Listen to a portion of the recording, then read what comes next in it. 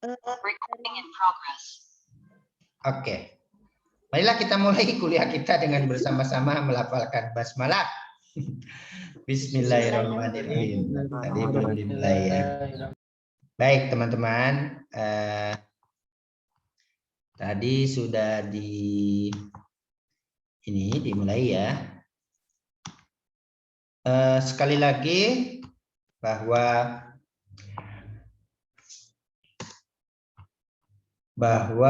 Hinduisme ini walaupun dikatakan sebagai agama ahistoris kawan-kawan, tetapi umat Hindu percaya agama ini sebagai agama historis ya, sebagai agama historis. Umat Hindu percaya. Apa tadi teman-teman itunya dasarnya?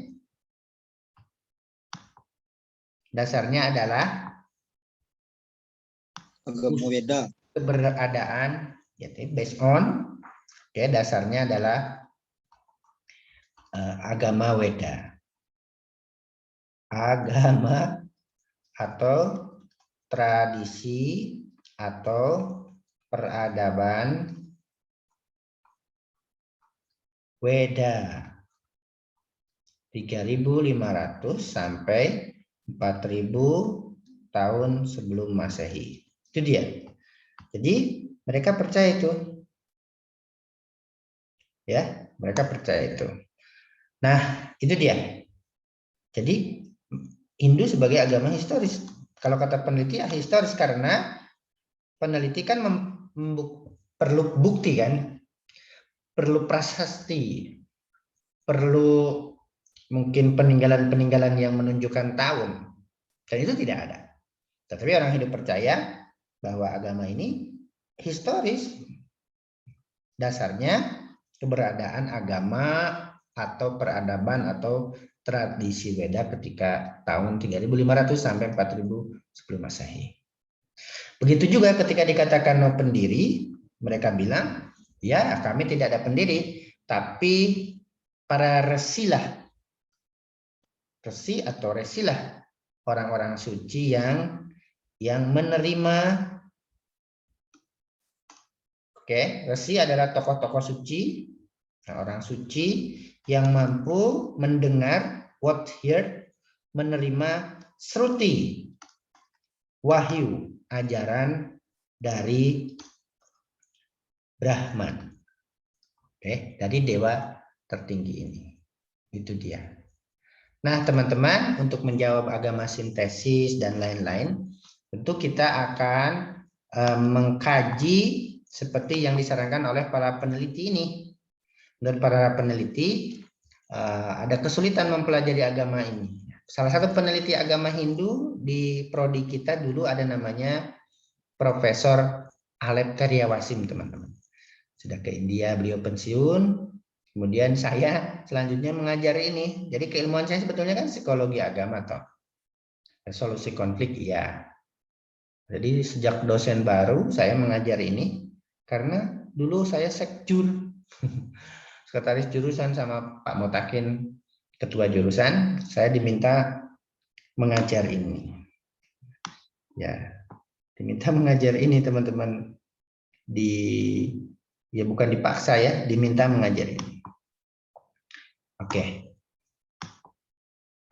Untuk itu ada 3 hal yang harus kata-kata bukan seperti saya yang ya bukan peneliti kan, cuma membaca buku, menelaah di Bali gitu. Tapi beliau aktif sekali dulu. Nah, untuk mengatasi kesulitan-kesulitan itu kata beliau di bukunya ya, di buku hitam yang prodi itu ada 3 hal yang harus kita pelajari kawan-kawan untuk mempelajari agama ini. Untuk mengatasi kesulitan-kesulitan itu. Kesulitan-kesulitan itu apa saja teman-teman? Ajarannya tak terbatas toh, subjeknya luas, kemudian juga tidak ada ajaran standar baku yang dipegangi oleh agama Hindu sedunia. Tidak ada. Oke. Kemudian juga sejarahnya luas. Oke. Ajarnya panjang. Nah, bagaimana mengatasi kesulitan itu? Kata beliau, pelajarilah 3 hal ini. Oke. Apa 3 hal itu? Yang pertama, bumi India. Oke, kawan-kawan. Bumi India itu kalau kita gambarkan seperti apa, kawan-kawan? Seperti gini ya. Kira-kira gini ya. Kalau nggak salah ya. Sini ada Sri Lanka. Ini India. Jadi bumi India itu terbagi bumi India Utara. Sekarang di sini kan menjadi Pakistan kan? Nah, sini kan Pakistan toh. Sini di atas Kashmir dan selatan. Oke. Di sini itu banyak pegunungan-pegunungan yang tinggi ya. Jadi pegunungan ini sampai di sini kan pegunungan Himalaya. Pegunungan. Di mana agama Hindu itu lahir? Di utara sini, teman-teman. Di antara pegunungan itu ada 2 sungai terkenal, yaitu Sungai Sindhu dan Sungai Gangga. Oke, sini jadi utara sini Sungai Gangga ini. Oke, nah teman-teman, agama Hindu itu lahir dari sebuah anak benua yang luas ini dengan sukunya beraneka ragam, tradisinya beraneka ragam, dan agama asli yang beraneka ragam. Nah, Hinduisme yang di sini itu merangkul aneka ajaran itu. Maka dikatakan sebagai agama sintesis itu. Nah, di utara ini ya, bumi India. Nah, teman-teman, tentang penduduk India, ini bumi India nih. Tentang penduduk India, ada 2 arus utama yang membentuk peradaban Shindu itu, atau Hindustan, atau agama Hindu kemudian, yaitu penduduk India ini. Oke, nah 2 arus utama itu yang disebutkan oleh Shinta tadi yang ikut membentuk ini. Yang pertama bangsa apa? Halo? Apakah kalian masih bersamaku atau sudah meninggalkanku? Bangsa Arya. Yang kedua bangsa Dravida. Yang ketiga yang asli Negrito ya. Nah, maaf ya, Negrito dan Dravida ini black color, sedangkan bangsa Arya yang penakluk Indo-Jerman nih putih tinggi, membawa ajaran sistem kasta, 3 kasta. Oke, ini penakluk yang suka perang, penakluk ini ini tidak berperadaban tinggi. Nah, sedangkan bangsa Dravida ini sudah memiliki kota-kota, bertani, kemudian irigasi, dia sudah berperadaban tinggi ini, cinta damai ini. Nah, ditaklukkan oleh bangsa Arya. Nah, ini juga bangsa asli nih, Negrito ya. Nah, ini. Nah, bangsa Dravida, Negrito, suku-suku itu ikut membentuk ajaran Hinduisme ini. Nah, teman-teman, itu dia yang harus dipelajari katanya penduduk India. Yang kedua, yang pertama ini bumi India. Oke. Nanti kita akan tahu perkembangannya kok ada sistem kasta itu ada 4. Dan bahkan ada apa namanya jeling ya yang tanpa kasta. Ya, dari mana semua ajaran itu akan kita pelajari di yang bagian 3 yang harus dikuasai oleh para peneliti pemula kayak saya, kayak kalian, yaitu agama-agama asli India. Apa saja agama asli India? 1, agama Veda ya. 2, apa teman? Agama Brahmana. Yang ketiga, agama Upanishad dengan kitab Upanishadnya. Yang keempat, Sri Krishna, ajaran Sri Krishna. Yang kelima, apalagi teman-teman? Ajaran Dewi Sri. Oke, kitab Bhagavad Gita. Kemudian ajaran suku-suku India ya, Dewi Sri dan lain-lain. Yang tadi dikatakan siapa tadi? Agama-agama suku India. Oke, ini dia. Kemudian ada juga ajaran tentang Dewi Kali itu. Ajaran apa kawan? Adivasis ya. Semua ini memiliki ajaran-ajaran agama Weda, agama Brahmana yang kemudian menjadi bagian dari agama Hindu ini. Dari agama Weda apa yang diambil? Ajaran apa? Tentang korban kan? Sistem korban. Tentu juga tentang dewa-dewa alam. Tentang apa lagi teman-teman? Masih ingat? Diajar Pak Singgi, reta, dosa ya. Kemudian agama Brahman. Nah, apa saja yang diambil dari sini? Satu, tentang korban juga. Tapi korbannya beda dengan yang di sini. Karena ini berasal dari agama Brahmana yang sangat menspesialkan kasta kaum Brahmana ini. Oke. Di sini juga ada tentang di sini sifatnya magi. Oke, ada juga ajaran tentang dewa juga di sini. Kayak mana dewa-dewa? Sama nggak dewa-dewa di agama Brahmana dengan di sini? Tidak. Di agama Weda dewa-dewa itu sangat berkuasa. Di sini dewa-dewa itu di bawah kekuasaan, di bawah kendali Brahmana. Oke. Kemudian ada juga sistem kasta. Dari agama Brahmana ini ada upacara-upacara. Wah, di sini. Banyak ya. Dan itu menjadi bagian dari ajaran agama Hindu. Dari agama Upanishad tentang apa? Adanya tentang realitas tertinggi, ultimate reality. Walaupun banyak dewa, tapi ada dewa tertinggi satu. Oleh karena itu di sini monoteisme kan? Tauhid. Monoteisme dia. Kemudian ajaran tentang apa? Kesatuan dengan Tuhan. Moksa. Dari agama Brahmana ini juga ada ajaran tentang apa itu? Agama Upanishad, ajaran tentang Atman. Jadi yang bisa menyatu dengan Tuhan itu Atman toh, Brahman, Tuhan yang satu, dewa tertinggi. Itu dia. Dan itu menjadi bagian ajaran agama ini. Dari Sri Krishna apa di film Mahabharata itu? Avatar ya. Jelmaan Tuhan dalam bentuk manusia. Dari Bhagavad Gita apa yang diambil? Satu, etika. Jadi kalau ada bahasan tentang etika itu diambil dari Bhagavad Gita. Kemudian juga monoteisme. Nah, dari Bhagavad Gita itu mengajarkan satu Tuhan tertinggi, monoteisme.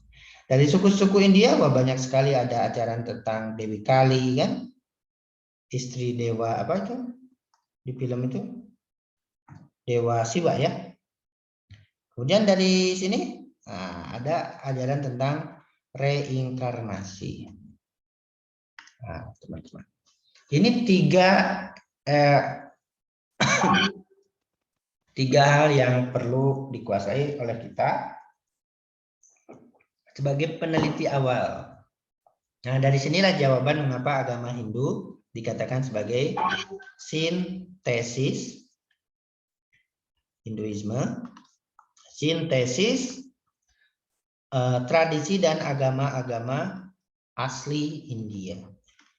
Karena semua ini sistem kasta yang ada di sini, tradisi agama bangsa Dravida, kemudian agama Brahmana, agama Weda, agama Upanishad, Bhagavad Gita, Sri Krishna, suku-suku India, itu menjadi bagian integral dari ajaran agama ini, gitu teman-teman. Itu ya, sehingga dikatakan sebagai sintesis, sekelompok, sekeluarga kalau di teks itu. Sekeluarga, seketurunan agama-agama asli India. Nah, itu dia. Oke. Ini 3 kata kunci yang harus dipelajari. Nah, ini ada rekornya, nanti dikirim. Oke. Nah, terakhir kawan-kawan tentang definisi atau naming Hinduisme. Oke. Hinduisme itu is a mention given not from or is not derived from Veda scripture. Tidak. Tapi Hinduisme sebagai nama itu disematkan oleh outsider, para peneliti, bukan oleh insider, bukan oleh orang Hindu sendiri. Jadi tidak ada dalam kitab Veda. Kalau dalam Islam kan inna dina indallahil Islam, jelas lah, wa may yabtaghi ghairal Islam madina. Islam agama ini kata Nabi Muhammad juga. Tapi Hinduisme itu bukan. Dia diberikan oleh outsider, para peneliti, terutama orang Persian ya. Untuk siapa Hinduisme itu given to orang-orang dengan yang hidup dengan tradisi Hindu culture, ya. River, kebalik ya, river culture. Yang hidup dengan tradisi Hindu di sungai, lembah sungai Sindhu. Nah, katanya orang Persian itu tidak bisa bilang Sindhu, bilangnya Hindu. Oke, dia S-nya nggak bisa. Kemudian kan belakangan menjadi Hindustan kan. Nah, dulu sebelum ada Pakistan lahir merdeka, itu semua orang India baik Muslim maupun Hindu itu disebut Hindustan, bangsa Hindu. Tapi setelah Pakistan ini, Hindustan itu khusus untuk bangsa India yang beragama Indian Hindu. So, siapa yang memberikan ini? Nama ini Persian toh, orang-orang Persia ya. Persian called Shindu. Orang yang hidup dengan tradisi sungai Sindhu yang akan lebih jelas di sini. Kalau outsider, insider menyebut tradisi mereka dengan apa, teman-teman? Halo? Agama mereka dalam Veda itu disebut Vaidika Dharma atau Sanata Dharma.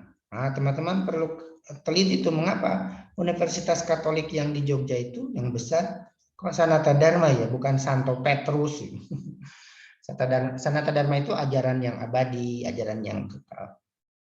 Oke, Vaidika Dharma adalah juga Sanata Dharma adalah masyarakat dengan tradisi agama Weda. Di mana lokusnya?